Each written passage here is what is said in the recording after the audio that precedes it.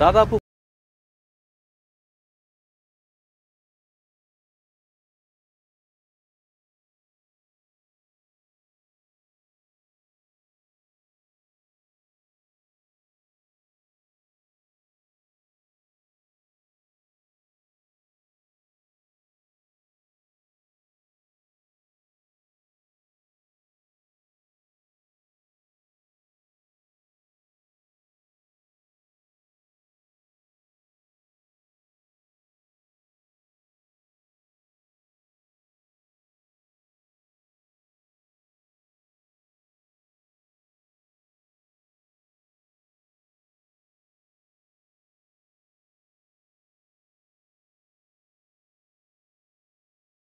అన్నీ కొనిచ్చినట్టున్నాయి.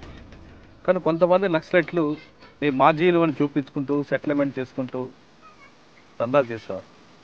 ఆ క్రమంలో మీకు నయీం అనే వ్యక్తి ఏమైనా ఎదురుపడ్డాడు? మీరు సూర్య ఉన్నాను ఒక ఆంబుష్ దీంట్లో ఆయన ప్రాణాలు కోల్పోయారు. మీరు చేసిన దీంట్లో 76 మంది సిఆర్పిఎఫ్ దళాలది అటాక్ ఉంది. అదే పార్టీ తీర్మానం అది. అంటే మా కంపెనీ నుండి కొంతమంది ఏఓగిపోయింది. మా వాళ్ళు చెప్పినట్టుగా 30 మంది దాకా అటుపోయింది. మిగిలిన ఒక 50 మంది దాకా ఈయనే ఉంది. దానిలో భాగంగా నేను కూడా ఈయనే ఉన్నా. అది కమిటీ తీర్మానం. ఆ టైంలో గవర్నమెంట్ ఒకటి గ్రీన్ అంట్ అని ఒక పెద్ద ఆపరేషన్ పెట్టింది అన్నట్టు. అది సిఆర్వి ఆర్ సిఆర్సి ఎస్ఎంసి ఇలా ప్రస్తావన తీర్మానం. ఆ తీర్మానం ఎక్కువ కేంద్రీకరణ చేయడానికి అంటే మా సిఆర్సి కంపెనీ బెటాలియన్ ఈ రెండు కలిసి పెద్ద ఎత్తున మనం పోలీసుల మీద చేయాలి. మీరు జీకేలో మీరు చేసిన యాక్షన్స్ కొన్ని ఉన్నాయి. దామోంజోడు రైల్వే స్టేషన్ కానీ లేదా పోలీస్ క్యాంప్స్ మీద కానీ. అది నీ అడగలేదు, నేను చెప్తున్నా.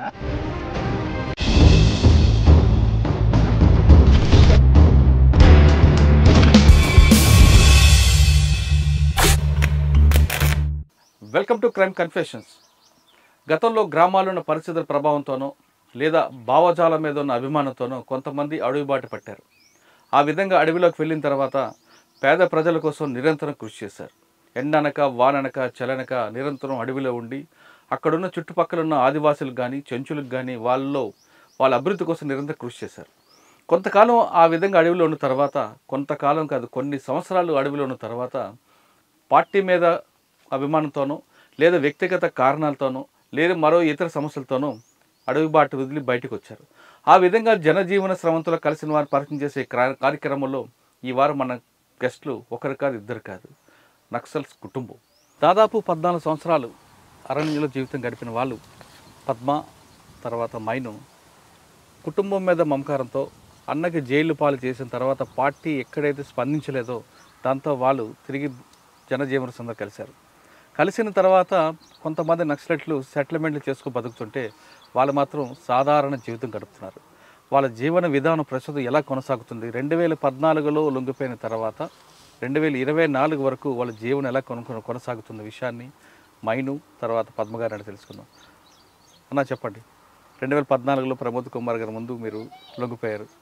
లొంగిన తర్వాత అప్పటికే ప్రభుత్వం కొన్ని మీకు సరెండర్ నక్సల్స్ ఇవ్వాల్సిన పథకాలన్నీ కొన్ని ఇచ్చినట్టున్నాయి. కానీ కొంతమంది నక్సలైట్లు మీ మాజీలు అని చూపించుకుంటూ సెటిల్మెంట్ చేసుకుంటూ దందాలు చేసేవారు. ఆ క్రమంలో మీకు నయీం అనే వ్యక్తి ఏమైనా ఎదురుపడ్డా? పడలేదు. సరే, మీ జీవన విధానం ప్రస్తుతం ఎలా కొనసాగుతుందండి 2014 తర్వాత? ఫస్ట్ రాగానే అయితే మనకి ఏం ప్రూఫ్లు లేవు, ఏ ఆధారాలు లేవు కదా. రాగానే ఇంకా వేరే వాళ్ళ పేర్లతో అంటే పనికి ఆహార పథకం అంటారు కదా, అది ఉపాధిపతి అంటే 100 రోజులు కరువు పని అంటారు కదా, దాంట్లో పోయినాం అందరం పని కోసం. అది చేస్తా ఇంకా ఆధార్ కార్డులు ఈ ప్రూఫ్లు ఇక్కడ లోకల్ ప్రూఫ్లు సేవ్ తీసుకున్నాము. మీ స్వగ్రామం ఎక్కడ, మీరు ఎందుకు అడుగుపోబట్టారు? మాదైతే ఛత్తీస్గఢ్ స్టేటు. అంతకుముందు మధ్యప్రదేశ్ అని ఛత్తీస్గఢ్ మళ్ళీ ఒకటే ఉన్నది, తర్వాత విడిపోయినాయి. మా సుక్మా జిల్లా కొంటా బ్లాకు కరిగుండం అనే ఊరు మాది. మనం పార్టీలో పోయింది 97లో, పార్టీలో పోయింది 97లో. మాదైతే ఇంకా పార్టీ ఎప్పుడు మనం పుట్టకముందే మా ప్రాంతంలో పార్టీ ఉన్నది. అంటే పార్టీ ప్రభావంతో మేము పుట్టినాం అన్నట్టు. మా ఊరు కూడా నిలబడడానికి పార్టీ కారణము. ఊరికి అందరికి భూములు అందడం కూడా పార్టీ కారణం. పార్టీ ప్రభావంతోనే మనము పార్టీలో పోవడం అయింది. ఎంతవరకు చదువుకున్నారు అప్పుడు మీరు? మనము 8వ క్లాస్ దాకా చదువుకున్నాం కిష్టారం ఏరియా, కిష్టారంలోనే. అది అంటే మీకు మీ ఊర్లోనే పార్టీ ఉండేది కాబట్టి మీరు అట్టే అడుగులు వేశారు. అవునా. ఎక్కడ ఫస్ట్ పని చేశారు? మనము అంటే మా ఊరు నుండి రిక్రూట్ అయినాక గొల్లపల్లి అని ఎల్ఓఎస్లో పనిచేయడం అయింది. తర్వాత పామేడ్ ఏరియా, తర్వాత ఇంకా మిలిటరీ వింగ్లో పోవడం అయింది అన్నట్టు. అంటే మిలిటరీ డిపార్ట్మెంట్లో పోవడం అయింది. పోయే ముందు మనం దానికైనా అంటే పార్టీ తరపున ఇటు పోవడానికి కారణాలు కొన్ని ఉన్నాయి. అంటే అంటే లేస్తే ఉంటే మొత్తం పార్టీ ప్రభావం కదా. మా ఊర్లో అంటే అక్టోబర్ క్రాంతి అని చైనా విప్లవం గురించి 98లో పెద్ద మీటింగ్ జరిగింది అన్నట్టు. దాంట్లో విజయ్ అని మాకు ఏసీ సెక్రటరీ ఉండే, ఏసీ సెక్రటరీ కిష్టారంకు ఎల్ఓఎస్ కమాండర్ కొడతానే. అప్పుడు మా ఊర్లో దగ్గర వేల మందిలో జనాలు వచ్చిండు అన్నట్టు. ఆ మీటింగ్ చైనా గురించి బాగా చెప్పిండు. దానికైనా ముందు మా ఊర్లో ఈ లంక పాపరెడ్డి, కోపడ్ గాంధీ, తర్వాత మొన్న మరకం గోపన్న అని ఈ మధ్యన జైలు నుండి బయట వచ్చాను కదా. మాకు చిన్నప్పటి నుండి అంటే 90, 91 అప్పటి నుండే మా ఊర్లో రావడము, జనరల్గానే పార్టీ సంబంధించిన ప్రతి ఒక్క సందేశం పాంప్లెట్ రూపంలో ఇవ్వడము, లేకపోతే మన ఊర్లో మీటింగ్లు పెట్టి చెప్పడం ఇలాంటివి చేసేటోళ్ళు. ఆ టైంలో మనకైతే ఊర్లో వేరే సమస్యలు ఏం లేవు. ఆల్రెడీ సమస్యలు ఏవైతున్నాయో ఫారెస్ట్ ద్వారా ఉన్న సమస్యలు పార్టీ పరిష్కరించింది.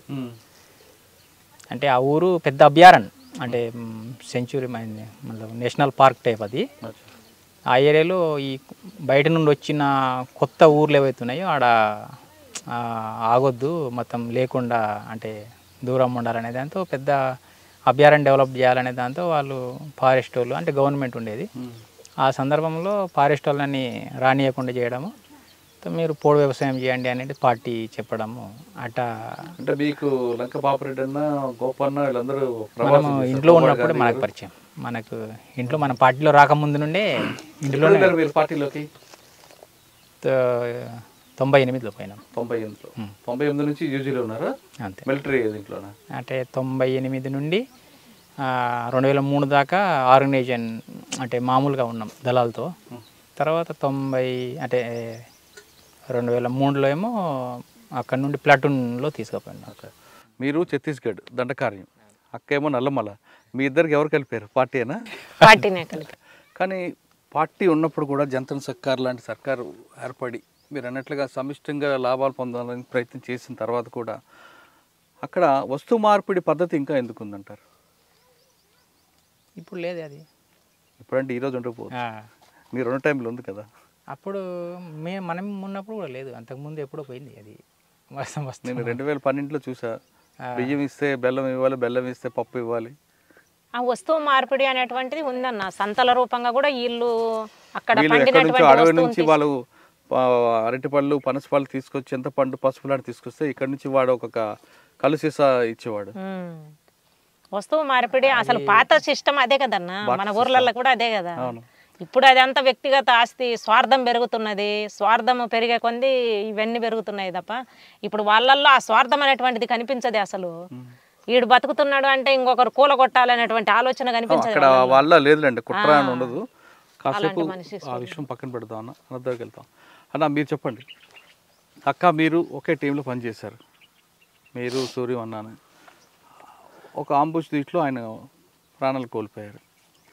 మీరు చేస్తున్న దీంట్లో 76 మంది సిఆర్పిఎఫ్ దళాలది అటాక్ ఉంది, ఒక్కసారి అది రివీల్ చేయండి. అదేం పార్టీ తీర్మానం అది. అంటే మా కంపెనీ నుండి కొంతమంది ఏఓబి పోయినరు, అది మన వాళ్ళు ఇప్పుడు చెప్పినట్టుగా. ఒక 30 మంది దాకా అటుపోయినారు, మిగిలిన ఒక 50 మంది దాకా ఈయనే ఉన్నారు. దానిలో భాగంగా నేను కూడా ఈయనే ఉన్నా. అది కమిటీ తీర్మానం. అంటే ఆయుధాల కోసమైనా ఆ టైంలో గవర్నమెంట్ ఒకటి గ్రీన్ అంట్ అని ఒక పెద్ద ఆపరేషన్ పెట్టింది అన్నట్టు.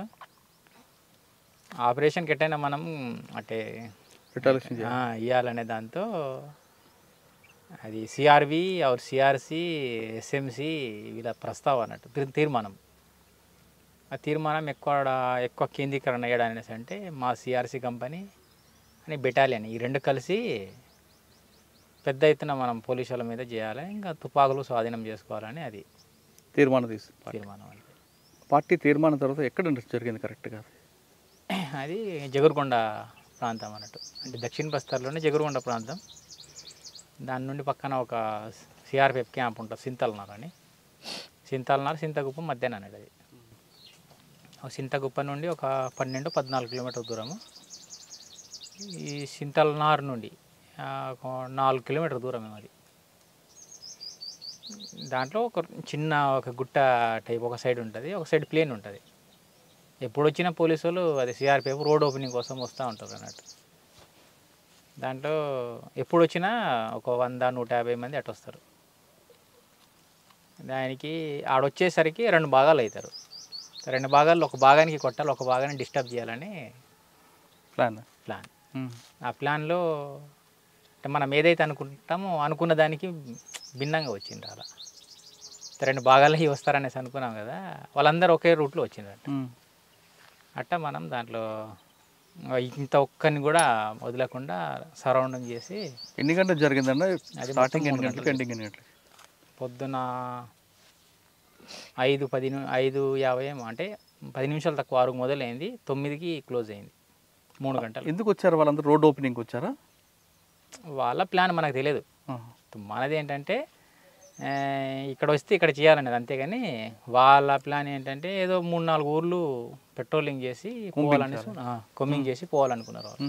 మీరు ఎంతమంది ఉన్నారు, వాళ్ళు ఎంతమంది ఉన్నారు? వాళ్ళు 82 మంది అట.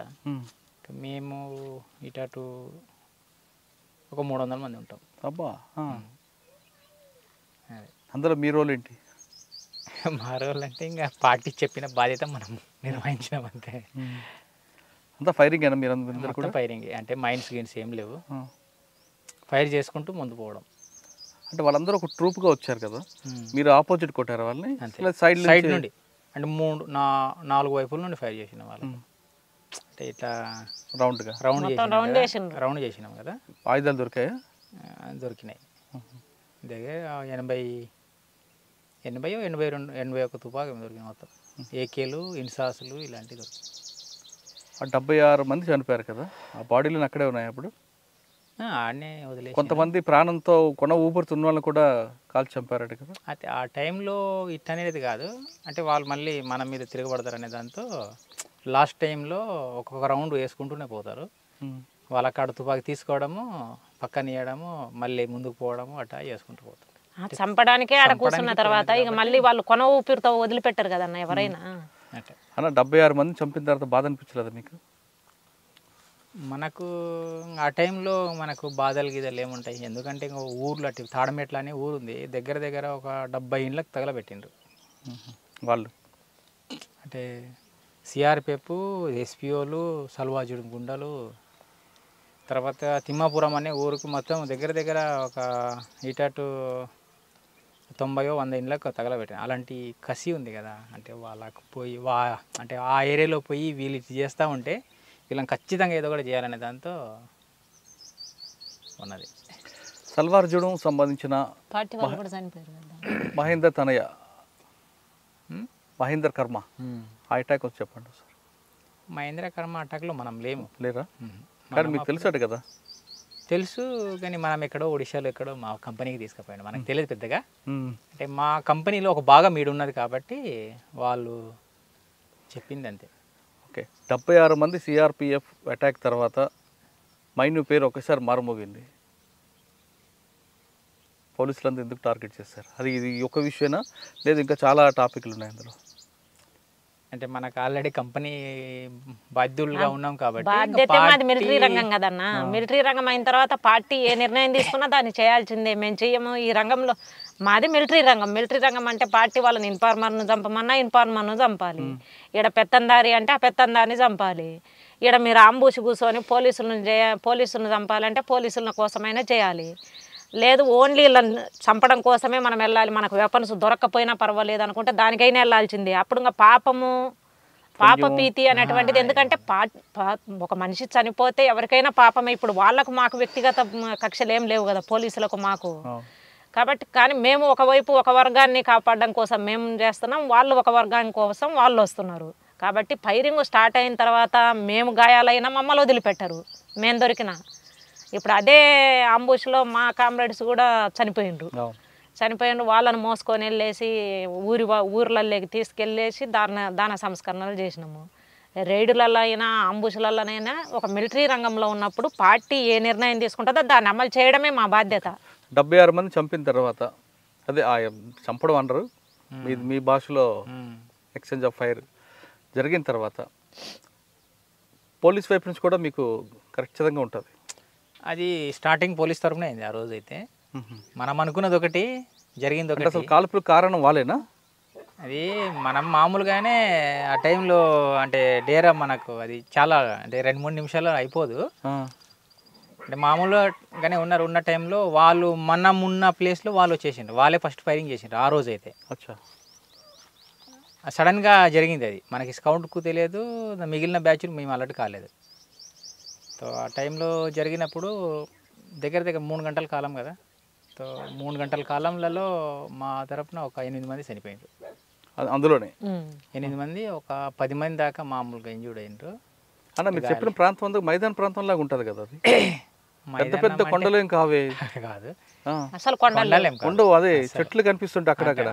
అంతే, నాకు ఆ ప్రాంతం ఐడియా ఉంది, నాకు చెట్లు కనిపిస్తాయి కానీ మనుషులు ఎదురు చూసుకోవచ్చు, కానీ ఫైరింగ్ ఎలా మీరు క్రాస్ ఫైర్ చేసుకున్నారు? అంటే మనము ఒక చేయాలనుకున్నప్పుడు ఇప్పుడు పద్మ చెప్పినట్టుగా ఇది ఒక చర్యలు చేయాలనుకున్నప్పుడు ఒక 5-6 రోజులు 10 రోజులు దాని గురించి ప్రాక్టీస్ చేస్తారు. ఓకే, అంటే దూరం ఉన్న శత్రువుని ఎట్టా మనం ఫైర్ చేయాలి, దగ్గరలో ఉన్నప్పుడు ఎట్టా మనం ఫైర్ చేయాలి అనేది చిన్న స్కిల్సే.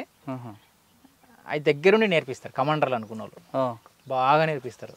అంటే ఆర్మీ అంటే ఆర్మీ అన్నట్టుగానే ఆర్మీలో ఒక రకం ఉంటుందేమో కానీ దీనిలో ఒక కసితో నేర్స్తారు. ఆ క్రాస్ ఫైరింగ్లు ఇలాంటివి ఏముండవు అసలు. లాస్ట్ టైంలో ఇంకా మనం ఒక 10 మీటరు రౌండ్ షేప్లలోని మనము 4-5 పోయి ఫైరింగ్ చేసినాం. మాకు క్రాస్ ఏం కాలే, మొత్తం 5 ఫైర్ చేసిన టోటల్ మొత్తం 2-3 మీదనే టార్గెట్. అట ఆ విధంగా ప్రాక్టీస్ చేపిస్తారు. 76 మంది ఇంత ఇష్యూ అయిన తర్వాత ఎక్కడికి వెళ్ళిపోయారు మీరు? పక్కనే అదే తాడమెట్ల అనే ఊరు ఉంది కదా, అడిగి వచ్చినాం. అంటే మేము ఎక్కడైతే రోజు అప్ అండ్ డౌన్ చేస్తామో అంబుస్ కోసం ఆ ఊర్లోనే వచ్చినాం. దాని మీద సమీక్ష జరుపుకున్నారా? దాని మీద సమీక్ష జరిగిందా? సమీక్ష ప్రతి ఒక్కదానికి సక్సెస్ అయినా సమీక్ష ఉంటుంది, తర్వాత ఫెయిల్ అయినా సమీక్ష ఉంటుంది. ఓకే, తర్వాత పోలీసుల వైపు కూడా చాలా విపరీతంగా కూంబింగ్ చేశారు అప్పుడు. ఆ టైం నక్సలైట్లు ఏమంటారు కోట అది, కాబట్టి కోటలోకి లోపలికి అసలు బ్యాచ్ వచ్చేది కాదన్న. ఈ రోడ్ల మీద జరగడం అనేది లేదనేది లేదు, చేసిండ్రు కానీ అది ఇది కాకుండా మీరు చేసినవి ఏమున్నాయండి? ఇంకా అట చేసినవి చాలా ఉన్నాయి. చెప్పకుండా దామన్జోడి రైడ్ కూడా చేసినాం కదన్న. దామన్జోడి ఏంటి? నాల్కో కంపెనీ కొరపుట్లో నాల్కో అనే కంపెనీ ఉంది కదా, దాని మీద జెల్టిన్ కోసం చేసినాము. కొరపుట్టు ఇలాంటివి ఉన్నాయి. కొరపుట్టు పోలీస్ స్టేషన్ మీద, జిల్లా హెడ్ క్వార్టర్ మీద. ఎక్కడి నుంచి వచ్చారు? సుక్మా నుంచి వచ్చారు అప్పుడు? లేదు, ఇక్కడే మన ఏఓబి అంటే మనము చర్య కోసం ఆడికిపోయినాంలే కానీ మూవ్ అయిందంతా మొత్తం ఇదే వైజాగ్ ఏదో ప్రాంతం మనకు తెలియదు, ఏఓబి పెద్ద కొండలు ప్రాంతం, ఆ ప్రాంతం నుండి మూవ్ అయ్యి చేసినాం. కూనేరు రైల్వే స్టేషన్ మీద అది మనకు తెలియదు, అది లోకల్ వాళ్ళు చేశారన్న. లోకల్ వాళ్ళు అంటే కంపెనీ వాళ్ళు కూడా ఉన్నారు కానీ సింగిల్గా చేసినటువంటి యాక్షన్స్. అది ఇక్కడ ఏఓబిలో ఎస్ఆర్ పైప్ లైన్స్, అదే నాల్కో కంపెనీ అంటే అదే కదా, అది నాలుగో సపరేట్ ఎస్ఆర్ పైప్. ఇక్కడ చిత్రకొండ దగ్గర చెప్తున్నా ఎస్ఆర్ పైప్ లైన్స్ అవి అక్కడ లోకల్ కంపెనీలో చేసాను, లోకల్ ప్లాట్ఫామ్ సేవ చేసాను. దామన్జోడి మీది? దామన్జోడి, కొరాపోటు ఇలాంటివి. మీరు ఎన్నిసార్లు తప్పించుకున్నారు ఎక్స్చేంజ్ ఆఫ్ ఫైర్ నుండి? మన మీద ఎప్పుడు జరిగింది లేదు, ఒక్కసారి ఇక్కడ మన ఏదో ఏ ఏరియా కానీ ఏఓబి ప్రాంతంలో ఒకసారి జరిగింది. దాంట్లో 2 మేము చనిపోయినారు. దానిలో నేను సెంట్రీలో ఉన్నా, నా తరపు నేను ఫైరింగ్ ఏం లేదు. ఇంకో సైడ్ నుండి మేము ఒక 17 మంది ఉన్నాం కదా, 17 మందిలలో అటు డౌన్ నుండి ఫైరింగ్ అయితే ఇంకా పైన పోయే టైంలో 2 మహిళలు ఎగం తగిలింది ఆ టైంలో. సాధారణంగా ఫైరింగ్ అంటేనే చాలామంది భయం ఉంటుంది. అంటే మీరు అన్ని ప్రాణాలు తెగించి లోపలికి వెళ్ళారు మీ ఇద్దరు. మీరే కదా, అన్నలందరూ అలాగే వెళ్తారు, ప్రజల కోసం త్యాగం చేసి వెళ్తారు. పట్టపగలంటే ఓకే, రాత్రులు ఏ టైంలో ఎక్కడ వస్తుందో తెలియదు కదా, మీరు ఆ టైంలో ఎలాగుంటుందండి మీ ఫీలింగ్స్ అసలు? మేము ఫీలింగ్ అనేది మనకు ఎప్పుడు వేరే విధంగా అనిపించలేదు. అంటే మేము అతి పెద్ద సంఖ్యలో ఉంటాం కాబట్టి ఒక బందోబస్తులోనే ఉంటాం. అంటే మాకు ఒక స్కౌట్, దానికి ఒక అబ్జర్వేషన్ చేసేటోళ్ళు, తర్వాత ఒక 10 కిలోమీటర్ నుండి దూరం మనకి ఇన్ఫర్మేషన్ వచ్చేటట్టుగా ఇట్లా కొన్ని ఏర్పాటు చేసి మా కంపెనీ అనేది మూవ్ అవుతుంది. అంటే చిన్న చిన్న యూనిట్లు అనుకో, అది ఎల్ఓఎస్, ఎల్జిఎస్లు, అంటే 5-10 మంది, వాళ్ళు ఒక రకంగా ఉంటుంది. మేము ఒక 100-110 మంది అట్లా ఉంటాం కాబట్టి పెద్దగా మనకు వేరే విధంగా అనిపించదు. అంటే మనం అంతా మూవ్ చేసేది రాత్రినే, పగలు సైలెంట్గా ఉంటాము. ఎక్కడ పోయినా ఛత్తీస్గఢ్లో పనిచేసిన టైంలో ఇప్పుడు కల్లూరి అని ఒక పోలీస్ ఆఫీసర్ ఉండేవారు. Kalluri police station police officer, అదే ఆఫీసర్లే, బస్తర్ ఐజీ. ఆయన ఎప్పుడైనా మీకు ఎదురుపడ్డారా? ఎదురు పడలే కానీ ఇంకా కొన్ని మొరటగా మన మీద బ్యాచ్లు పంపడం ఇలాంటివి చేసిండు. తర్వాత మరి రిటైర్ అయిందా ఏమైంది మనకు తెలియదు. రిటైర్ అవ్వలేదు ఉన్నారు. ఆయన సల్వార్ జూడును అడ్డం పెట్టుకుని కొన్ని కార్యక్రమాలు చేశారు, నక్సలైట్ నడిచివేశారు అనే ఒక వార్త ఉంది, వాస్తవం అది?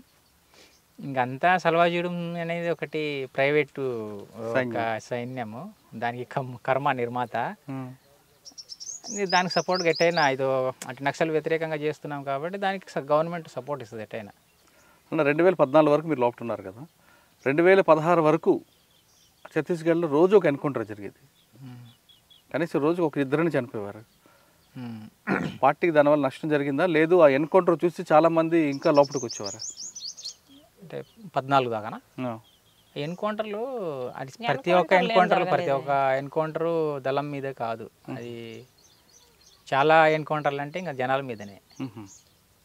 జనరల్గా ఇక్కడ సింగల్ దొరికినా పట్టుకుని చంపడము ఇలాంటివి చాలా చేసిండ్రు. ప్రతి ఒక్కటి ఎన్కౌంటర్ అయింది అనుకో, ఎన్కౌంటర్ భాగంగా వాళ్ళు కూడా చనిపోయిండ్రు. అది ఎన్కౌంటర్ రూపంలో అది మనం చెప్పలేము, అది బూటకప్పం అనేది మనం అనుకోవాలి దానికి. అంటే చాలా అంటే ఏ ఆడ దొరికిన వాళ్ళు కాడ పట్టుకుని చంపిండ్రు, సల్వాజుడుం అనే పేరుతో. ఛత్తీస్గఢ్ అనేది ఎందుకు అసలు డెవలప్మెంట్కి దూరంగా ఉంది? అది ఛత్తీస్గఢ్ మధ్యప్రదేశ్ విడిపోయిన తర్వాత అది కూడా భారతదేశంలో ఒక భాగమే. ఛత్తీస్గఢ్ అవ్వచ్చు, బస్తర్ అవ్వచ్చు, లేదా సుక్మా కానీ, దంతెవాడ, ఈ ప్రాంతం అంతా అబూజ్మడ్, ఈ ప్రాంతం అంతా కూడా భారతదేశంలో భాగమైన డెవలప్మెంట్కి ఎందుకు దూరంగా ఉంది? డెవలప్మెంట్ అంటే దేనికి డెవలప్మెంట్? రోడ్ లేదనేనా? రోడ్డు అంటే అది కాకుండా అక్కడ ఇప్పటికి కూడా ఆదివాసీలు వాళ్ళు ఇంకా మామూలుగానే ఉన్నారు, వాళ్ళకి రూపాయికి కాయిన్కి తేడా తెలియని పరిస్థితులు ఉన్నారు. దానికి కారణం ఏమనుకోవచ్చు? అంటే రూపాయి నోటుకి కాయిన్కి ఈ రెండింటికి వ్యత్యాసం కూడా తెలియని ఆదివాసులు ఉన్నారు అక్కడ. దానికి కారణం ప్రభుత్వం ఒక లేకపోవడమా, లేదు మీరున్నారు కాబట్టి ప్రభుత్వం రాకపోవడమా? ఒకవేళ మీరు కూడా ఉండి వాళ్ళలో ఎందుకు రాజకీయ చైతన్యం కానీ ఆ పరిజ్ఞానం కానీ పెంపొందించారు? అంటే ఒకప్పుడు పార్టీ రాకముందు ఒక రకం ఉన్నారు, పార్టీ వచ్చిన తర్వాత వ్యవసాయం రంగంలో అందరూ బాగా యాక్టివ్గా ఇది చేయడం అయింది అన్నట్టు. డెవలప్ అంటే అప్పులేని డెవలప్ అనుకో, అంటే ఒక్కరికొకరు సహాయంతో ఉండి బతికే ఒక మంచి సంస్కృతి అది.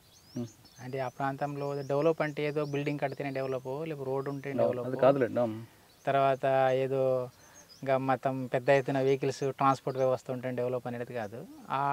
ఆ ప్రాంతంలో అది ఒక డెవలప్ అనుకో. ఆ విధంగా అంటే ఎవరికి ఒక ఎకరా పొలం లేదు అనేది ఎవరికి లేదు, ఒక్కరికి పొలం పంపించింది, చేసింది.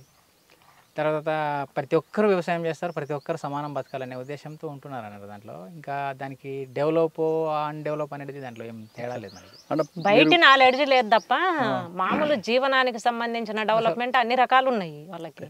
అక్కడ పార్టీ జనతను సర్కారం పెట్టింది, దాని యొక్క ప్రయోజనం ఎలా జరిగిందంటారు? జనతన సర్కారులలో మనకి ఆల్రెడీ మీకు కొన్ని సమీక్షలు ఇవన్నీ ఇన్ని ఉంటారు, ప్రతి ఒక్కటి ఉంటుంది దాంట్లో. అంటే బాలల సంఘం, అది సంఘం రూపంలో కాదు, అంటే జనాలకు ఎడ్యుకేషన్ రూపంలో తీసుకొచ్చేటి కొన్ని స్కూల్స్ కూడా నడిపించారు, అది జనతన సర్కారే. తర్వాత మన మెడికల్స్ రూపంలో కూడా మనకి బాగా శిబిరాల్లాగా ఏర్పాటు చేసి ప్రతి జనతన సర్కార్ కింద ఒక వాళ్ళకున్న ఎడ్యుకేషన్ ప్రకారం వాళ్ళు మెడిసిన్స్ ఇవ్వడం ఫ్రీగా, ఇలాంటి అంటే సమిష్టి తత్వాన్ని, అంటే ఏ వ్యవసాయం పని చేయాలన్నా సమిష్టినే ప్రతి ఒక్కటి. ఊర్లో ఆవులు వ్యక్తిగతంగా చేయడం లేదు, అందుకు కలిపి చేసుకోవాలి. ప్రతి ఒక్కటి కలిపి చేసుకోవడం. ఊర్లో ఒక 10 ఇండ్లు ఉన్నాయి అనుకో, 10 ఇండ్లు కలిసే చేస్తారు ప్రతి ఒక్కటి. 10 మందికి ప్రతి ఒక్కరికి ఆవులు ఉన్నాయి అనుకో, రోజు ఒకరు ఆవుల కోసం పోతారు, ఒక ఇంటి వాళ్ళు, రేపు ఇంకో ఇంటి వాళ్ళు, రేపు ఇంకో, అంటే 10 రోజులు వచ్చేసరికి ఒక రౌండ్ తిరిగి వస్తుంది అన్నట్టు ప్రతి ఒక్కటి. ఇప్పుడు ఈడేమో కూలీ ఇస్తేనే ఒక్కరి కాడ పని కోసం పోతారు కదా, అక్కడ అట్ట కాదు. నా కాడ పని అయిపోయేదాకా మిగిలిన వాళ్ళు వస్తారు, నేను వాళ్ళ కాడ అట్నే పోతాను. డబ్బు ఏముండదు, అవసరం లేదు ఆ డబ్బు. ఓన్లీ ఏమో బట్టలు కొనడానికి, ఉప్పు కొనడానికి తప్ప మిగిలిన అన్నీ ఆడనే చేసుకుంటారు. ఇప్పుడు మీకు ప్రభుత్వం భూమి ఇచ్చింది కొంత భాగం, ఆ భాగంలో ఏం పండిస్తున్నారు, దీన్ని ఒక షేపుకు తీసుకొచ్చారు. ఈ షేపుకు రావడానికి మీరు ఎంత పడ్డ కష్టం ఏంటి అన్న? మాకు గవర్నమెంట్ భూమి ఇచ్చే నాటికి అది అక్కడ ఉన్నటువంటి బీడు భూములుగానే ఇది ఉన్నది. ఇక్కడ మేము కరువు పని కింద పని పెట్టేసుకున్నాం కలెక్టర్ను అట్లా అడిగేసి, కరువు పని కింద ఏపీఓని అడిగేసి ఇది కరువు పని కింద పెట్టించి మాకేమన్నా రాళ్ళు తీసే పని చేయించండి అన్న, లేకపోతే ఈ భూమి మేము చేసుకోలేమని చెప్పేసి అన్నాము. అట్లా కరువు పని కింద పెట్టించిండ్రు. ఈ చుట్టూ గోడలు పెట్టడానికి దాదాపు ఇక్కడ ఉన్నటువంటి ఈ 2 గ్రామాల వాళ్ళు, పందెలపల్లె, తర్వాత ఈ లక్ష్మీపురము, శాంతినగర్, ఈ 3 గ్రామాల వాళ్ళు మాకు చాలా హెల్ప్ చేసిండ్రు. ఇది మొత్తము కరువు పని కింద వచ్చి, కరువు పని కింద డబ్బులు ఇచ్చినా వ్యక్తిగతంగా ఇంకొకరికి పోయి చేయడానికి సహకరించరు ఎవరు. కానీ వాళ్ళు ఈ 3 గ్రామాల వాళ్ళు మాకు చాలా హెల్ప్ చేసి, ఈ భూమి కూడా వాళ్ళ ఎద్దులు మేపుకునేది అయినప్పటికీ ఈ గ్రామ ప్రజలు మాకు ఈ భూమి ఇవ్వడానికి సహకరించారు. ఇట్లా మొత్తం ఈ చుట్టూ ఈ గోడ పెట్టడానికి చేలో ఉన్నటువంటి రాళ్ళు మొత్తం కూడా 300 మంది, ఒక్కొక్క రోజు 300 మంది 400 మంది కరువు పని కింద ఈ చుట్టూ చేయించుకున్నాం. ఎన్ని సంవత్సరాలు పట్టిందమ్మా ఇదంతా తయారవడానికి? ఇది మొత్తం ఇప్పటికీ 6 సంవత్సరాలు పట్టిందన్న చేయడానికి. ఈ మొక్క ఈ సైజుకి వచ్చిందో చాలా అందంగా తయారు చేశారు మీరు. చీనికాయలు, బత్తాయికాయలు ఎన్ని గంటలు కష్టపడుతుంటారు, దీన్ని మీరు ఏం చేస్తుంటారు రోజు? మినిమం రోజు 6 గంటలకు వస్తాం పొద్దున. అంటే పొద్దున వచ్చేసి ఇంకా ఒక్కొక్క రోజు 9 దాకా చేసేసి ఇంటికి పోతాము. లేకపోతే అక్కడే లేట్ అయింది అనుకో, 8 అట్టు వచ్చినాం అనుకో, సాయంత్రం దాకా ఈయనే ఉంటాం. ఏదో ఒకటి చెట్టు పక్కన ఉన్న రాయి తీయడము, దాని చుట్టూ తవ్వకము, గడ్డి ఉన్న గడ్డి తీయడము, ఏదో ఒకటి చేస్తున్నాం. అట్లా చేయబట్టి ఈ ఆకారం వచ్చింది. కానీ నీరు చాలా ఇబ్బంది కదా ఇక్కడ. ఆల్రెడీ బోర్లు 2 బోర్లు వేయించుకున్నాం, ఇంకా వేయాలి. కానీ ఇప్పుడు వెలుగొండ ప్రాజెక్ట్ వస్తుంది, దానివల్ల మీకు లాభం వస్తుందా? లాభమే, ఉపయోగం. మాకు నీళ్ళు వాటర్ పెరిగిద్ది కదా. ఇప్పుడు చెట్లకు వాటర్ తగ్గింది, చెట్లు వాడబడుతున్నాయి, అందుకే ఇట్లా ఉంది. కానీ ఆ నీళ్లు దాంట్లో ఉన్నాయంటే మా బోర్లలో నీళ్లు పెరుగుతాయి కదా. కానీ నీరు పెరుగుతుంది, కానీ రేపు భూమి రేటు పెరుగుతుంది. రేపు అన్ని రకాలుగా పెరిగిన తర్వాత దీని మీద కొంతమంది కన్ను కూడా పడుతుంది. కన్ను పన్నా మాకు అట్లా ఏం చేయాలి, ఆల్రెడీ గవర్నమెంట్ పర్మిషన్ తో ఇచ్చింది, పట్టాలు ఇచ్చింది. కానీ ఇంకొక రకంగా కొంతమంది చేస్తారు, అప్పుడు అట్లా ఏం చేయలేరు అన్న. ఆ నమ్మకం మాకు. ఈ రోడ్డు పక్కన ఉన్న భూమి కదమ్మా, ఎవరు రాలేదు ఇంతవరకు? ఎవ్వరు రాలేదు. ఆల్రెడీ బీడుగా ఉన్నది, అది అక్కడ మొత్తం మళ్ళీ ఎస్సీలకు ఇచ్చారన్న. ఇవన్నీ కూడా అట్లనే ఇది ఇక్కడ దాకా ఖాళీ స్థలం, ఖాళీ పొలం. ఇది అంటే బీడుగానే ఉన్నది. ఇంక ఇక్కడ మన సర్వేర్లకు వీళ్ళ వాళ్ళకి చూపిస్తే ఇది ఖాళీగా ఉందని ఇక్కడ తేలినాకనే ఇంతమందికి ఇవ్వాలని చెప్తే మొత్తం మీ కుటుంబం అంతా దీని మీద ఉన్నది. అంటే దీనికైనా మంచి పొలాలు ఉన్నాయి, మళ్ళీ 2 ఎకరాలు 3 ఎకరాలు 4 ఎకరాలు అట్టు బిట్టు దూరం ఉన్నాయి. కానీ ఎట్లున్నా కానీ వికేంద్రీకరణం అవుతాం అన్నట్టు. అంటే ఫ్యామిలీ ఒక చోటు ఉండదు, ఆడొక కుటుంబం ఉంటది. ఏది ఉన్నా కానీ మనం ఒక చోట ఉండాలి, ఒకే చోట తీసుకోవాలనే దాంతో గీనె రాళ్ళైనా ఏదైనా తీసుకోవాలని. ఒకసారి పంట దిగిందా? పంట ఇంకా కోతకు వదలలేదు, అసలు కాపుకు వదలలేదు. 5 సంవత్సరాలకు చెట్లను కాపుకు వదిలేదు. ఇది 4వ సంవత్సరము. కొన్ని చెట్లు అది నుండి అవతల 4వ సంవత్సరం, ఇవి 3 సంవత్సరాలు. అది డబ్బులు ఎక్కడి నుంచి వస్తున్నాయమ్మా? మనము కరువు పని కింద పెట్టినామన్న, చెట్లు నాటేది కూడా గవర్నమెంట్ కిందనే పెట్టినాము. కరువు పని కింద 3 సంవత్సరాలు దీని మెయింటెనెన్స్ ఖర్చు ఇచ్చిద్ది. అది అక్కడ బోర్డులు ఉన్నాయి చూసినా, అది అక్కడ బోర్డులు. ఆ బోర్డులు మన కరువు పని కింద గవర్నమెంట్ చేపించిన విధంగా అట్లా ఎస్టిమేషన్ మొత్తం దాంట్లోనే ఇస్తారనమాట. మేము దీంట్లో పని చేసినా మా కూలీ లెక్క కూడా ఇచ్చింది అనమాట. అట్లా 3 సంవత్సరాలు మెయింటెనెన్స్ ఖర్చులు ఇచ్చింది. చెట్లకు ఫస్ట్ ఒక సంవత్సరం మొత్తం మేము డ్రిప్పులు బోర్లు వేపించుకోలేకపోయినప్పుడు గవర్నమెంట్ నుంచే వాటర్ పోయడానికి కూడా దీనికి డబ్బులు ఇచ్చింది. అట్లా ఆ బిల్లులతోటే మళ్ళీ ఈ బొచ్చేలో బోర్లు వేపించుకున్నాము. అట్లా దీంట్లో డెవలప్ అయినాం తప్ప మేము ఎలాంటి మిగిలిన వాళ్ళ ఏదో నక్సలైట్లు ఇట్లా చేస్తారంట అట్లా చేస్తారంట దందాలు చేస్తారంట మేము వచ్చిన ఉదయం వస్తే మళ్ళీ సాయంత్రం ఇంటికి పోయేది. అట్లా మేము కష్టపడుతున్నాము. అట్లా ఈ పొలాన్ని ఇంత బాగా చేసుకోగలిగినాము. ఇప్పుడు 8 ఎకరాల్లో మీ ముగ్గురు నలుగురు కుటుంబాలు 4 కుటుంబాలు చీని తోట కాకుండా కొంతమంది వేరే గడ్డి నుంచి కొంత పాము తీస్తున్నారు కదా, ఒకసారి వివరం చెప్పండి అన్న. మేము ఇంకా ఇది ఓన్లీ దీని మీద అయితే మరి మనకు రాబడి ఏం లేదు కదా, తినడానికి ఇబ్బంది అవుతుంది అనేటువంటి దాంతో మేము పామరోజా అని చెప్పేసి గడ్డి ఇక్కడ ఏరియా అన్న వేసినాడు 100 ఎకరాలు. సరే దాన్ని చూద్దాము, ఈ మిరప ఈ పత్తి ఇలాంటివి అయితే మనం చెయ్యలేము, వాటికి మందులు కొట్టడము దానికి అనుభవానికి సంబంధించి ఎంత మనకు తెలియదు అని చెప్పేసి మేము కూలికి వెళ్ళినాం వాళ్ళకి. వెళ్ళినప్పుడు ఆ కూలి పని చేసేటప్పుడు చెప్పాడు రవి మనం కూడా వేసుకుంటే బాగుంటుంది ఇట్లాంటిది అని చెప్పేసి. కమర్షియల్ పంట కూడా వేయించావు. వచ్చి చెప్పిన తర్వాత సరే కూలికి వెళ్ళడం బాగుండదు కదా మనకి, సరే ఏదో మన శక్తి మేరకు అని చెప్పేసి మళ్ళీ ట్రాక్టర్ను రీఫైనాన్స్ పెట్టేసి ట్రాక్టర్ కంతుల వారిగా తీసుకున్నాము. పనికి పోయిన డబ్బులు మళ్ళీ 6 నెలలకు ఒకసారి కంతు కట్టేవాళ్ళము.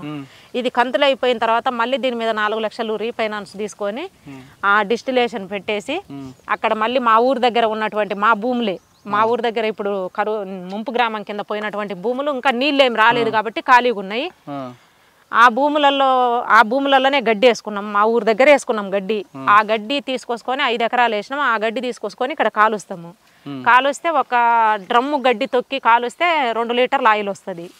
2 లీటర్ల ఆయిల్కి 4,000 వస్తాయి. అట్లా చేస్తున్నాం అన్న. ఇప్పుడు ఇది చేయబట్టి సంవత్సరం అవుతుంది. మేము అంటే పైన ఖర్చుకు ఉపయోగపడతాయి అనేటువంటిది మేము ఇది పెట్టుకున్నాము. మా లాస్ట్ చెల్లెలు వాళ్ళు అది అక్కడ ఒక 60 పొట్టెన్ల పెట్టుకొని వాళ్ళు వాటిని మేపుకోవడం, 6 నెలలు 7 నెలలు మేపడము అమ్మడం, మళ్ళీ ఆ డబ్బులతో వడ్డీ కొంత ఎగస్ట్రా వచ్చినటువంటి డబ్బులతో మళ్ళీ చెట్లు తవ్వేసుకోవడము, మళ్ళీ అసలు డబ్బులతో మళ్ళీ తెచ్చుకోవడం. అట్లా ఇంకొక చెల్లెలు వాళ్ళేమో ఇక్కడ పెట్టారు, వీళ్ళు పొట్టాన్లో పెట్టారు. అయితే మా మరిది కొంచెము కాలు ప్రాబ్లము, కొంచెం షుగర్ ఉంది, అందుకు అబ్బాయి మధ్యప్రదేశ్ వాళ్ళనే తీసుకొచ్చి ఇక్కడ పెట్టి వాళ్ళ శాతం మేపిస్తున్నాడు. అట్లా మా జీవన విధానం ఇది.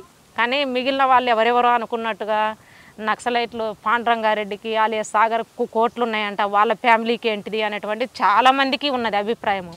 చాలా మంది బయట చెప్పడం ఏంటంటే సాగర్ తన కుటుంబాన్ని అడ్డం పెట్టుకొని రియల్ ఎస్టేట్ దందాలు చేస్తుంటాడు అన్నది, నెల్లూరు కేర్ ఆఫ్ అడ్రస్ పెట్టుకున్నాడని. అంటే రియల్ ఎస్టేట్ వ్యాపారం చేయడం తప్పేం కాదు, అది ఏమైనా అక్రమమైన వ్యాపారం కాదు, కానీ అందులో బెదిరిస్తుంటాడు అనేది వార్త ఉంది. అసలు మేము మా అన్న ఎవరిని బెదిరించినట్టుగా అసలు ఎవ్వరు ఇప్పటికైతే లేదన్నది. మా అన్న అట్లా బెదిరించే మనిషి కూడా కాదు. ఎందుకంటే మాకు సంబంధం లేకుండా ఏ విషయం చేసినా మేము ఫ్యామిలీ అంతా మొన్నటిదనక కూడా మేము ఫ్యామిలీ అంతా ఒకటే కుటుంబంగా అందరం కలిసి ఈ పని చేసినాము. మేము ఒక పని చేస్తుంటే మా అన్న శాతనైన పని మా అన్న చేస్తున్నాడు ఇక్కడ. సరే రియల్ ఎస్టేట్ చేస్తలేడా అంటే 2018, 19 ఆ టైంలో వచ్చేసి మా బావ వాళ్ళు ఇక్కడ ఆర్మీ రిటైర్డ్, మా అన్నతో పాటు చదువుకున్న వాళ్ళు కాకర్ల వాళ్ళు కొంతమంది, తర్వాత కొంతమంది టీచర్లు వీళ్ళు వచ్చేసి నాగులారం ఇటు మా ఏరియాలో ఉన్నటువంటి వాళ్ళు, అన్న కొంచెం మాకు డబ్బు మేము పెడతాము, కొంచెం మాకు సపోర్ట్ ఉండు, ఈ ప్లాను ఇవంతా మాకు తెలియదు కదా, నువ్వు ఉంటే మాకు కొంచెం ప్లాట్లు కూడా సాగర్ ప్లాట్లు అంటే పోతుంది. ఈ పొలం అంతా చేసుకున్నారు, సంవత్సరానికి ఎంత ఖర్చు వస్తుంటుంది?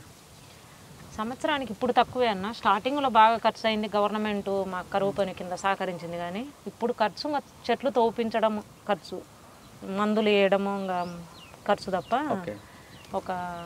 ఒక మొత్తము ఒక టిప్పుకి వచ్చేసి 1,00,000 అట్లా వస్తుంది. అయితే మీ అన్న గారు సాగర్ గారు రియల్ ఎస్టేట్ దందాలు చేయరని? మా అన్న అలాంటి దందాలు ఏం చేయలేదన్న. ఆ టీచర్స్ కొంతమంది కలిసినటువంటి వాళ్ళు మేము పెట్టుబడి పెడతాము, మాతో పాటు నువ్వు హెల్ప్ చేయన్న మాకంటే పోయి ఇంకా ప్లాట్లలో వీళ్ళు అందరు కలిసేసి పెట్టుబడి వాళ్ళే పెడుతున్నారు. వచ్చిన లాభము అందరికి సమానం, ఎందుకంటే హెల్ప్ మాట్లాడడము ఇవన్నీ చేయడం మా అన్న చేస్తున్నాడు కాబట్టి అట్లా వచ్చినటువంటి లాభం వీళ్ళు పంచుకోవడం ఉంది తప్ప ఎవరిని బెదిరించింది లేదు. అలాంటి రియల్ ఎస్టేట్ కూడా మొత్తం అదే బిజినెస్గా కూడా లేదు. మెయిన్ తోట వ్యవసాయము, రెండో బిజినెస్ ఒక బతుకు తెరువు కోసం ఆ బిజినెస్. అన్న మీరు చెప్పండి, మీరు డీకేలో మీరు చేసిన యాక్షన్స్ కొన్ని ఉన్నాయి, దామంజోడి రైల్వే స్టేషన్ కానీ లేదా పోలీస్ క్యాంప్స్ మీద కానీ ఒకసారి గుర్తు తెచ్చుకొని చెప్పండి. పోలీస్ క్యాంపులు అంటే చాలా చేసినవి ఉన్నాయి. ఒకటే మురికినార్ అని ఒకటి ఉంది, సల్వాజుడం అంటే మనకు 2006లో. అది నీ వడగలేదు, నేను చెప్తున్నా. చెప్పండి. జనరల్గానే పెద్ద ఎత్తున పోలీసు వాళ్ళు ఉంటారు దాంట్లో, అంటే పక్కన ఉంటారు, సైడ్ అంటే రోడ్డు మీద ఉంటారు. ఇంకంత పగలు రాత్రి అన్నట్టుగా. లేదు బిజాపూర్ జిల్లా అది. అది కొత్తగా క్యాంప్ పెట్టింది అన్నట్టు, అంటే మామూలు అవుట్ పోస్ట్ టైపు ఒక కొత్త క్యాంపు. దాంట్లో అది కూడా పార్టీ తీర్మానమే అనుకో, మన తీర్మానాలు ఏముండవు. అవును, అది సల్వాజుడం వ్యతిరేకంగా చేసిన ఒక చర్య అన్నట్టు. అది అటు నుండి మాడ్ నుండి ఒక కంపెనీ వచ్చింది, ఇక్కడ నుండి రెండో కంపెనీ, అంతా కలిసి చేయడానికి పొద్దున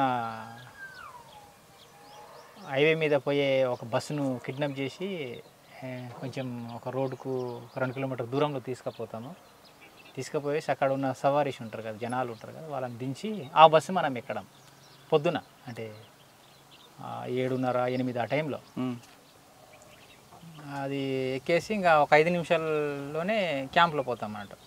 పక్కనే క్యాంప్లో పోయేసి ఇంకా టక ఎవరు పోస్ట్లో వాళ్ళు పోయేసి ఫైర్ చేసుకుంటూ పోతాము. ఒక 25 నిమిషాల్లోనే ఉన్నోళ్ళకి అందరిని చంపేసి మిగిలిన తుపాకులను తీసుకొచ్చాం. అది వాళ్ళ వీక్నెస్ ఏంటంటే, మావోయిస్టు జనరల్గా అంటే పార్టీ వాళ్ళు ఎప్పుడు జనరల్గా రాత్రి వచ్చి చేస్తారు, క్యాంపుల మీద దాడి చేస్తారు కదా. అందుకే వాళ్ళు రాత్రి చుట్టూ కాపులో ఉంటారు. అయితే ఉన్న ఒక 70 మంది 80 మంది ఉన్నారు పోలీసు వాళ్ళు, వాళ్ళందరూ రాత్రిపూట మేలుగుతూ ఉంటారు, పొద్దున పడుకుంటారు, పగలు పడుకుంటారు. అది మీరు అది వాళ్ళ అవకాశంగా ఉన్నారు. మేము దీనికి ఎంచుకొని ఇంకా అది ఆ టైంలో వాళ్ళు రెక్కి చేసిన రిపోర్ట్. దామన్జోడి రైల్వే స్టేషన్ కాదు, అది క్యాంపే. దామన్జోడి అనేది ఒక పెద్ద 4వ కంపెనీ సంబంధించి మైనింగ్ అది అన్నట్టు. అవును, పెద్ద ఎత్తున జిల్టిన్ తర్వాత ఇన్సాస్ ఆయుధాలు దొరుకుతాయని దాంట్లో పార్టీ ప్రస్తావం తీర్మానం. అది దాంట్లో సిఆర్సి ఫస్ట్ కంపెనీ, ఎవరో దూసరా కంపెనీ, రెండో కంపెనీ అది చేయాలని. దాంట్లో కూడా మనం అనుకున్నట్టుగా జిల్టిన్ అయితే దొరికింది, కానీ దొరకడానికి సిఐఎస్ఎఫ్ ఉండే క్యాంప్ ఏదైతే ఉందో ఆ క్యాంప్ మొత్తం మన చేతిలో రాలే. అది సాయంత్రం 9కి మొదలైంది ఫైరింగు. రెండో రోజు అంటే పొద్దున్న 6 దాకా నడిచింది. దాంట్లో మా తరపున ఒక 4 చనిపోయిండు, 11 మంది సిఐఎస్ఎఫ్ వాళ్ళకి సంపన్నం. దాంట్లో 11 తుపాకులు వచ్చినాయి. 10 టన్నులో 9 టన్నులు జిల్టిన్ దొరికింది, తీసుకొచ్చిన. మీరు చాలా రెక్కి వేసుకు వెళ్తారు కదా, వెళ్ళిన తర్వాత కూడా ఫెయిల్ అయిన ఒక ఆపరేషన్ చెప్పండి. ఇది ఫెయిల్ అయింది కదా, ఇది మొత్తం సక్సెస్ ఏం కాలేదు. మొత్తం కాకపోయినా కొంత పార్టీ అయింది కదా, అసలు ఏమి కాకుండా ఏం దొరకకుండా వచ్చింది. 2005లో నేను ఉన్న దాంట్లో, అంటే అది కూడా మనకు పార్టీ డైరెక్షనే, ఏదైనా పార్టీ నిర్ణయం వ్యక్తిగతంగా ఏముంటుంది. దాంట్లో డౌలా అని నారాయణపూర్ జిల్లాలో ఉంటుంది. అది మనకు రెక్కిళ్ళలో అది మరి గోడ కనిపించలేదా ఏంటో కానీ అనుకున్నంత టైంకు మనకు ఆడ సెంట్రల్ మన కబ్జాలో రాలే, తర్వాత క్యాంపు మొత్తం మన చేతుల్లో రాలే. దానిలో 4 చనిపోయినాం. మొత్తం పోలీసు వాళ్ళకి ఏం కాకుండా మనం నష్టపోయి బయట రావడం. అదొకటి. ఏ క్యాంప్ అది? దౌడాయి అనేది నారాయణపూర్ జిల్లాలో ఉంటుంది. 2005లో జరిగింది అది. అందులో మీకు నష్టం జరిగింది. దాంట్లో మా తరపున పార్టీ తరపున ఒక 4 చనిపోయిండ్రు. మీ మీద కూడా ఒక అటాక్ అయినట్లుంది కదా. ఆ టైంలో నాకు గ్రెనేడ్ పీసులు కూడా తగిలినాయి. ఎక్కడ? కాళ్ళకు చేయికి తగిలింది. అది పెద్దగా అంటే ఆ టైంలో మనకు అనిపించలేదు. అప్పట్లో మీకు ఒరిస్సాలో బాగా టఫ్ ఉన్న పోలీస్ ఆఫీసర్ ఎవరు? ఒరిస్సాలో మనకు తెలియదు అంతా. ఛత్తీస్గఢ్లో ఓపీ రటోరా, తర్వాత ఇప్పుడు కల్లూరి అంటాం కదా, వీళ్ళే ఎక్కువ. వీళ్ళు బాగా టఫ్. పార్టీకి నష్టం జరిగింది వాళ్ళ వల్ల. అంటే వాళ్ళు చిన్న ప్లాన్లలో బ్యాచుల రూపాయలు రావడం ఇలాంటిది ఎక్కువ చేసింది. నష్టం అంటే ఆ టైంలో వాళ్ళు ఉన్నప్పుడు నష్టం ఏం లేదులే, ఇప్పుడు ఇంకా పెద్ద ఎత్తున పార్టీ నష్టపోతుంది. కానీ ఛత్తీస్గఢ్లో పార్టీ ఇప్పటికీ నష్టం జరగడం కారణం అనుకోవచ్చు. అంటే ఒక పార్ట్ చెర్ల వెంకటాపురం జంతన్ సర్కార్ వైపు ఇప్పటికీ పట్టు ఉంది, కానీ కుంట సుకుమా డిస్ట్రిక్ట్ ఇటువైపు నష్టపోవడానికి కారణం ఏంటి అనేది పార్టీ సమీక్షించాలి. అది మనకు తెలియదు, ఎందుకంటే ఇంకా మనము అనుకోవడం ఇది అనేది మనం బయట నుంచి చెప్పడం కూడా కరెక్ట్ కాదు. బయట నుంచి చెప్పడం కూడా కాదు. ఆ టైంలో అదంతా బాగానే ఉన్నదన్న. మనం డీకే మొత్తము మన పట్టు ఉన్నటువంటి ప్రాంతంగా ఉన్నది. ఇప్పుడు దెబ్బతింటుంది. అది ఏంటిది అనేటువంటిది పార్టీ సమీక్షించుకోవాలి. అంటే పార్టీ తీసుకున్న లైన్ ఎప్పుడు పురాతన లైన్ కాబట్టి పార్టీకి ప్రజలు దూరం అవుతున్నారు అనేది. అంటే ప్రజలు మారుతున్నారు, వాళ్ళ అభిరుచులు మారుతున్నాయి. అవును, దానికి అనుగుణంగా పార్టీ లైన్ కూడా మారితే బాగుంటుందేమో కదా. భారతదేశం అర్ధవలస అర్ధభూస్వామ్య దేశము అనేటువంటిది ఒక లైన్ తోటి మనం స్టార్ట్ అయింది. ఇది పెట్టుబడిదారు దేశంగా మారుతున్నది. అది పార్టీ కూడా సమీక్షిస్తుంది. మొత్తము పరిస్థితులు మారుతున్నాయి, మొత్తము భారతదేశమే పెట్టుబడిదారు దేశంగా మారుతుంది కాబట్టి కొన్ని చేర్పులు మార్పులు చేస్తుంది. కానీ మొత్తం లైన్ మార్చుకోవడం అనేటువంటిది అలాంటి చేయలేదు. వ్యూహము ఎత్తుగడలు అనేటువంటిదే పార్టీ. అదే అదొకటే కాకుండా దీర్ఘకాల యుద్ధం ద్వారా, అదే దీర్ఘకాలిక ప్రజాయుద్ధం ద్వారా రాజ్యం సంపాదించే పార్టీ నిర్ణయం. అంతకాలం పోరాటం చేసే ప్రజలు ఎక్కడ ఉన్నారు ఇప్పుడు? వచ్చే వాళ్ళు వస్తుంటారు, పోయే వాళ్ళు పోతుంటారు. ఇప్పుడు బస్సు ఎక్కుతామన్నా, స్టార్ట్ అయిన కానుండి దిగే వాళ్ళు దిగుతుంటారు, ఎక్కే వాళ్ళు ఎక్కుతూనే ఉంటారు. అది గమ్యానికి అయితే చేరుకుంటుంది కదా. అలాగా పార్టీ సరే వాళ్ళ నిర్ణయాలు వాళ్ళు కరెక్టా కాదా అనేటువంటిది మనం బయట ఉండి చెప్పలేము కదా. కాబట్టి వాళ్ళు చేసేటువంటిది ప్రజల కోసం సేవ చేస్తున్నారు కాబట్టి అది మనము అట్లా మాట్లాడుకోవడం కరెక్ట్ కాదు. కానీ ప్రజలకు అవసరాలకు అనుగుణంగా పార్టీ మారాలి. అది మారాలి అంటే వాళ్ళు బయట కూడా ఇప్పుడు కొన్ని బయట పరిస్థితులు ఇవన్నీ తెలుసు. ప్రజా సంఘాలు కూడా దూరం అవుతున్నాయి కదా పార్టీకి. ప్రజా సంఘాలు కొన్ని దెబ్బతిన్నా మళ్ళీ కొత్త రూపంగా మళ్ళీ సృష్టిస్తున్నారు కదా. ఇప్పుడు కుల సంఘాలు ఎక్కువ అవడం వల్ల పార్టీకి ప్రజలు దూరం అవుతున్నారు అనేది వాస్తవం. కుల సంఘాలు గ్రామంలో ఒక చిన్న సమస్య వస్తే వాళ్ళు ఖచ్చితంగా పార్టీ దగ్గరకు వచ్చి సమస్య పరిష్కరించుకున్నారు. కానీ ఇప్పుడు కుల సంఘాలు ఒక కులానికి ఒక సంఘం అవడంతో ఆ సమస్య అంతా కుల సంఘాలకే పరిమితి అయిపోతుంది. అట్లా ఏం లేదన్న. ఆ కులం వాళ్ళు కూడా వచ్చేసి మాకు ఈ సమస్య ఉంది అని చెప్పేసి ఇప్పుడు మాదిగ దండోరా అనేది ఉంది. మాదిగ దండోరా కమిటీ మాదిగ దండోరా అనేటువంటి ఆ పెట్టుకున్నటువంటి వాళ్ళే మళ్ళీ మన పార్టీ దగ్గరికి వచ్చి మాట్లాడిన వాళ్ళు ఉన్నారు.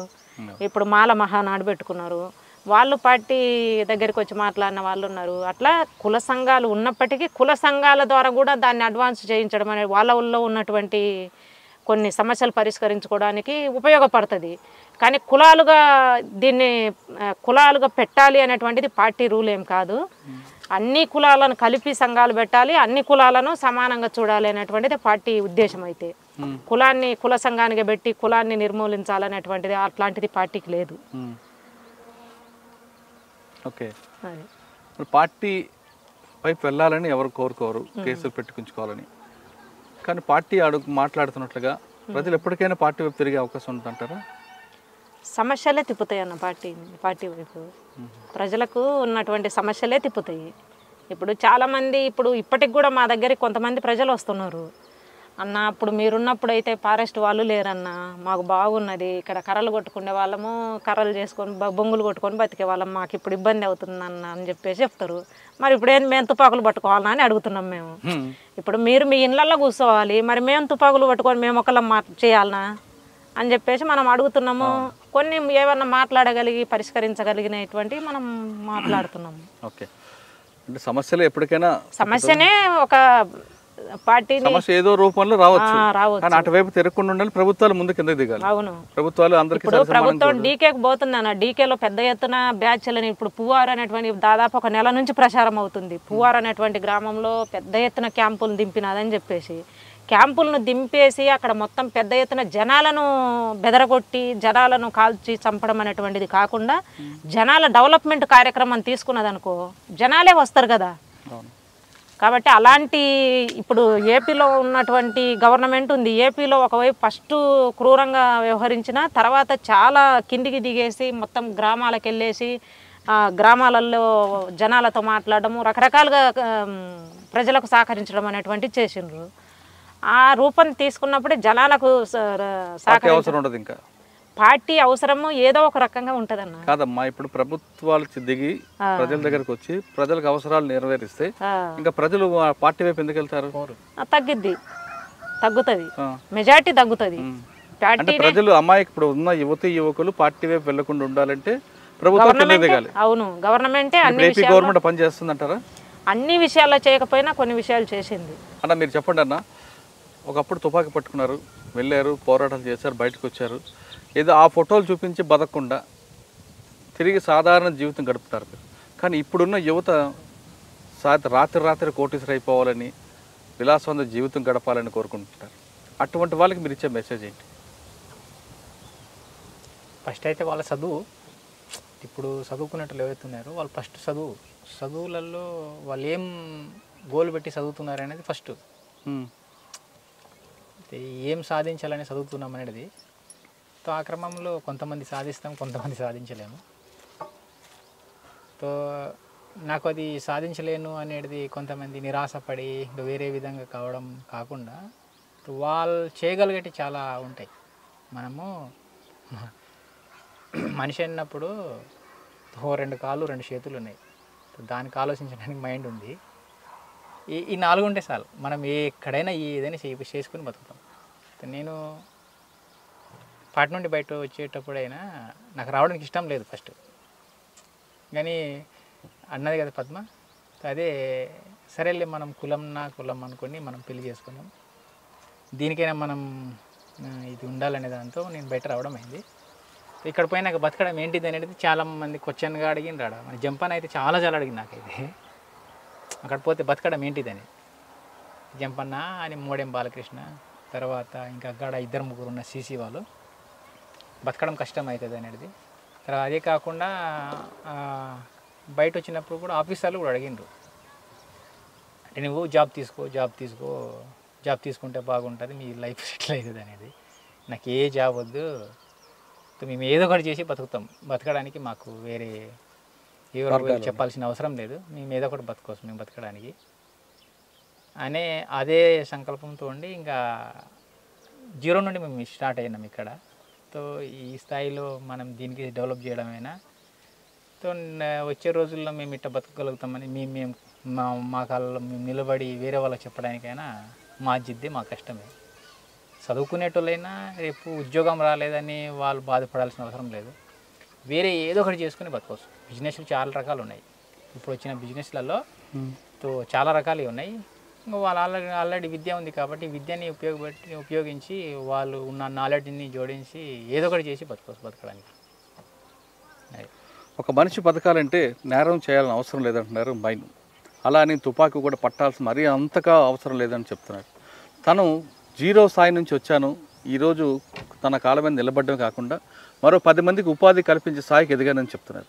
మనిషిలో సంకల్ప బలం గట్టిగా ఉంటే ఏ పనిని సాధించవచ్చు అనే దానికి బెస్ట్ ఎగ్జాంపుల్ మైనం అలియాస్ రవి. ఎక్కడో ఛత్తీస్గఢ్లో పుట్టి ప్రజల కోసం లోపలికి వెళ్ళి పార్టీ ఆదేశాల మేరకు కొన్ని కార్యక్రమాలు చేపట్టిన తర్వాత పెళ్లి చేసుకొని బయటకు వచ్చి సాధారణ జీవితం గడుపుతున్నాడు. మిగతా మాజీ నక్సలైట్ లాగా దందాలు చేసుకుంటూ కాకుండా తిరిగి సాధారణ రైతు కుటుంబంలా పనిచేస్తూ 10 మందికి ఆదర్శం నిలుస్తున్నాడు. ఇక పద్మక్క కుటుంబం మొత్తం అడుగుకి వెళ్ళారు. కేవలం ప్రజల కోసం వెళ్ళారు తప్ప వాళ్ళు వ్యక్తిగతంగా సంపాదన కోసం స్వార్థం కోసం వెళ్ళలేదు.